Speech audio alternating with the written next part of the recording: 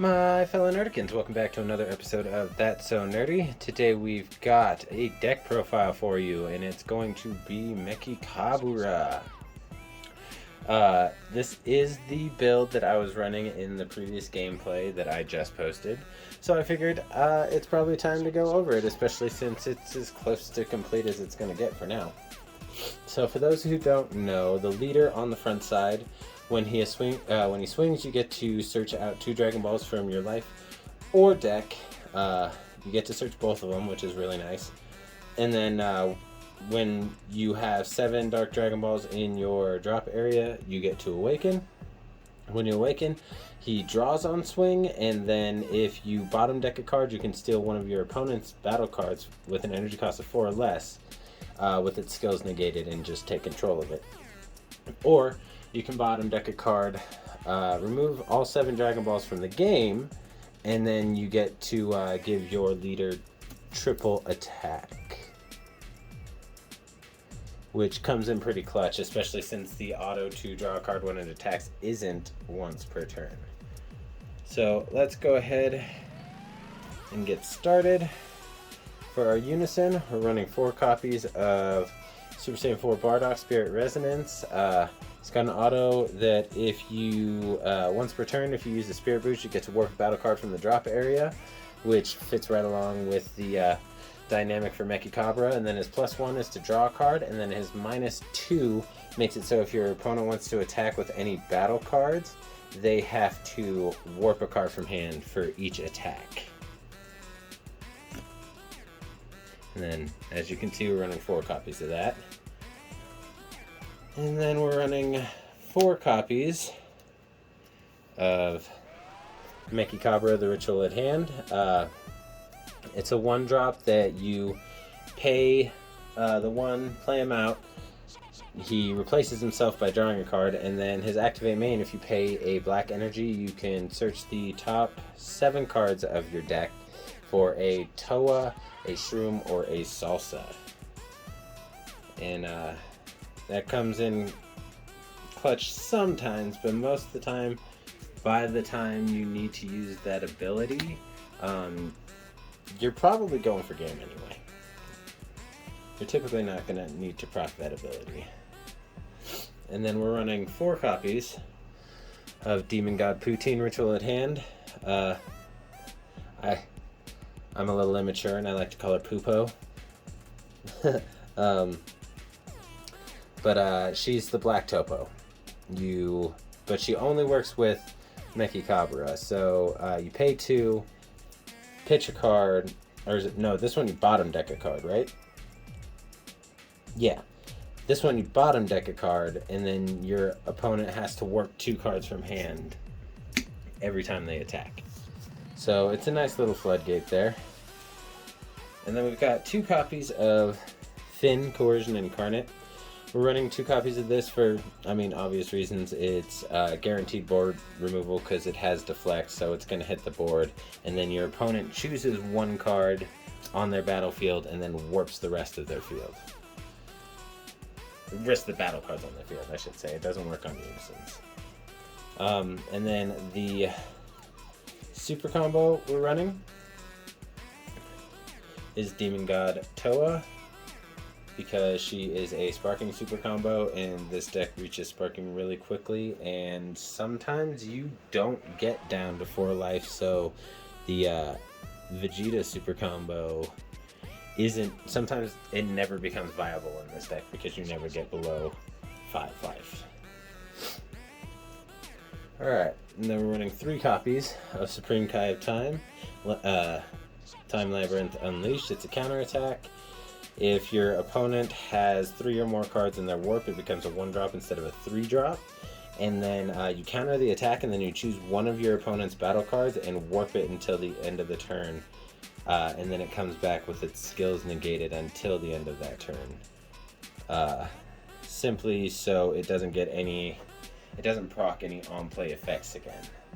Which is why that card is that way. And we're running 3 copies of Salsa Ritual at Hand. It's got an auto that when this card is played, your opponent warps a card from hand and then draws a card. And then a second auto that when this card attacks, they warp a battle card from their drop area, and you get to draw a card. So the first one's changing the quality of their hand, and then the second one is plussing your hand. And he can actually, him, Shroom, and Toa can all be played out for 1 black energy with their activate main. As long as you have 2 Dragon Balls in your drop area, you can activate that one to pay 1 to play out a 4-drop. And I already explained what his abilities do, so let's move on to the next. Excuse me, sorry. Next we've got Shroom, Ritual at Hand. 3 copies of this guy. He's got an auto that if you have 2 or more energy, when this card attacks, you warp a battle card from the drop area, and then choose a battle card on your opponent's side of the board with 3 or less and send it to its warp as well. So, if you hadn't noticed, this deck is very, very heavy into sending things to your opponent's warp. And you'll see why as soon as we get to that point. Because there's a few cards that become cheaper and actually become viable when you have your opponent has cards in their warp. And then we're running 4 copies of Demon God Toa, Ritual at Hand. She's a 10k blocker. Plays out the same way these can. 1 black energy if you have 2 Dragon Balls in your drop area. But this one has an auto that when it's played, you get to warp a card off of your opponent's field. No specified energy cost, you just get to pick a card. It doesn't ignore barrier, so I mean, that's pretty balanced. It doesn't ignore barrier, but then your opponent also warps a card from hand and then draws a card.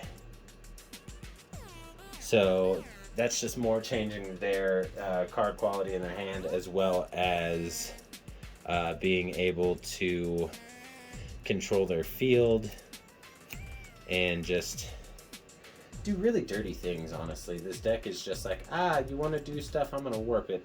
Sorry, dude. Alright, and then we're running 2 copies, only off-color card. Actually, that's a lie. There's 2 off-color cards in this deck. Technically 2. But Ginyu the Body Snatcher is the first, because you use your leader's ability to swipe a battle card, and then you pop that battle card to play out Captain Ginyu. And it's a 20k double striker. It does become a 10k on your opponent's turn, so he is vulnerable once you pass your turn. And if your opponent's really thinking about it, sometimes it's better to swing into him because he's a little bit weaker, to try and relieve some of the pressure that this deck can just put on you. Alright, and then this is a little piece of spice that I throw in. I don't really see anybody else running this card, and I understand why, because it's a pretty high energy cost and it doesn't have any protection.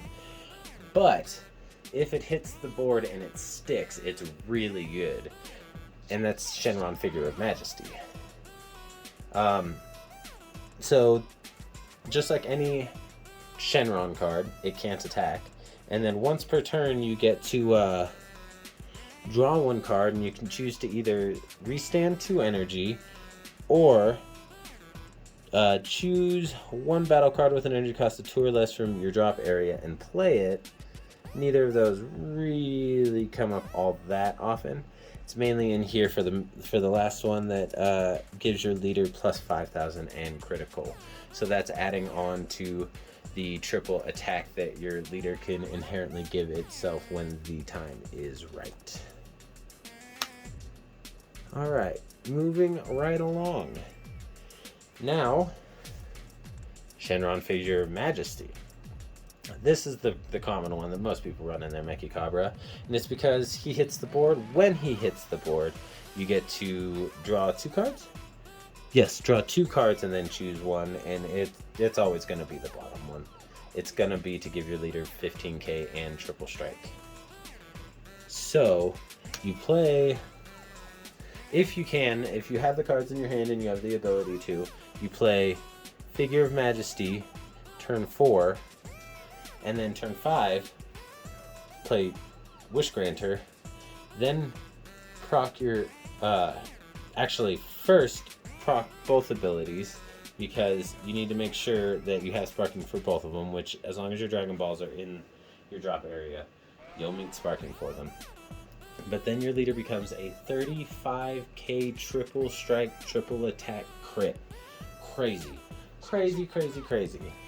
And a lot of the times people will see you throw down Figure of Majesty and panic, and they'll counter him, or they'll do what they can to get him off the board, not realizing that this guy is still a threat. So it works out in multiple ways for us. Alright, now here's where the warping of your opponent's cards comes into play. We got King Vegeta, A Kingdom Lost. He is a 6-drop, but you can play him out for 2 black energy if your opponent has 3 or more battle cards in their... Or not battle cards. Is it specifically battle cards? No. Cards. If they have 3 or more cards in their warp, this becomes a 2-drop. And it has Unique, Double Strike, and Barrier. And when you play this card, you get to choose a card from your opponent's hand or from their board, or a battle card from their board, and send it to their warp. And once per turn, if this card is in rest mode, if your opponent attacks your leader, they have to warp a card from their hand. So yeah, we only run 2 of those because it does have Unique, and honestly, playing 1 typically is enough to really swing the game in your favor if it already isn't in your favor. And then we're running 1 copy of Dark Mask King Devilish Dominator.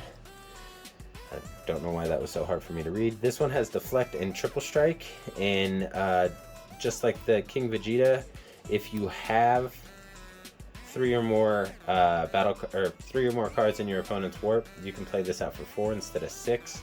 And then when it swings, your opponent sends 2 battle cards from their drop area to their warp, and if they have 10 or more cards in their warp, you get to restand them and you can swing with them again. And then once per turn, if your opponent activates a counter skill during battle with this card, send 1 card from your opponent's life to their warp. So if they activate a counter against him, they got a warp a life. Dirty. It's dirty, dirty. Alright, and then we've got 2 copies of Dark King Mechikabura, Power Restored.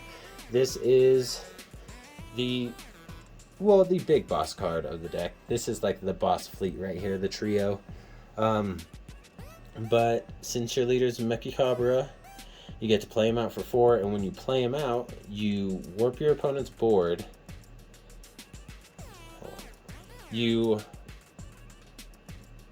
If your opponent has 4 or more cards in their warp, when this card is played, choose all of your opponent's battle cards and send them to their owner's warp.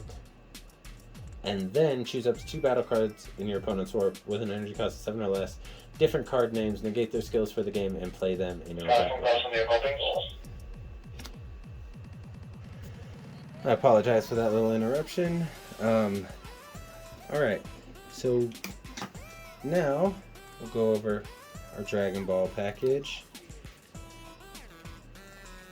So we're running 3 copies of Yearning for the Dark Dragon Ball and 4 copies of the Dark Empire Strike Back. So this one, when you pitch it and another Dragon Ball or a Demon Realm race, you get to draw 2 cards. This one, it's just like normal Dragon Balls. You get to you can give your leader a boost, or you can do oh yeah, that one actually allows you to warp a card, but it doesn't really come up. Typically, you're just going to be pitching them to awaken and draw cards. And then we're running 3 copies of Darkness Judgment, which is essentially Senzu Bean for black. It is a counter attack that you would have to pay for, but if your opponent has 3 or more cards in their warp, it becomes free to activate the Activate Battle, which is to give your leader plus 5k for the turn. And then we're running 4 copies of Ultimate Minus Energy Ball, because it is the free counter for black. It warps at 15k. It's free if you have a black Unison. And it's got an Activate Main / Battle that you can boost one of your leader cards or battle cards by 15k for the turn, until the end of the turn or the end of the battle, whichever one comes first.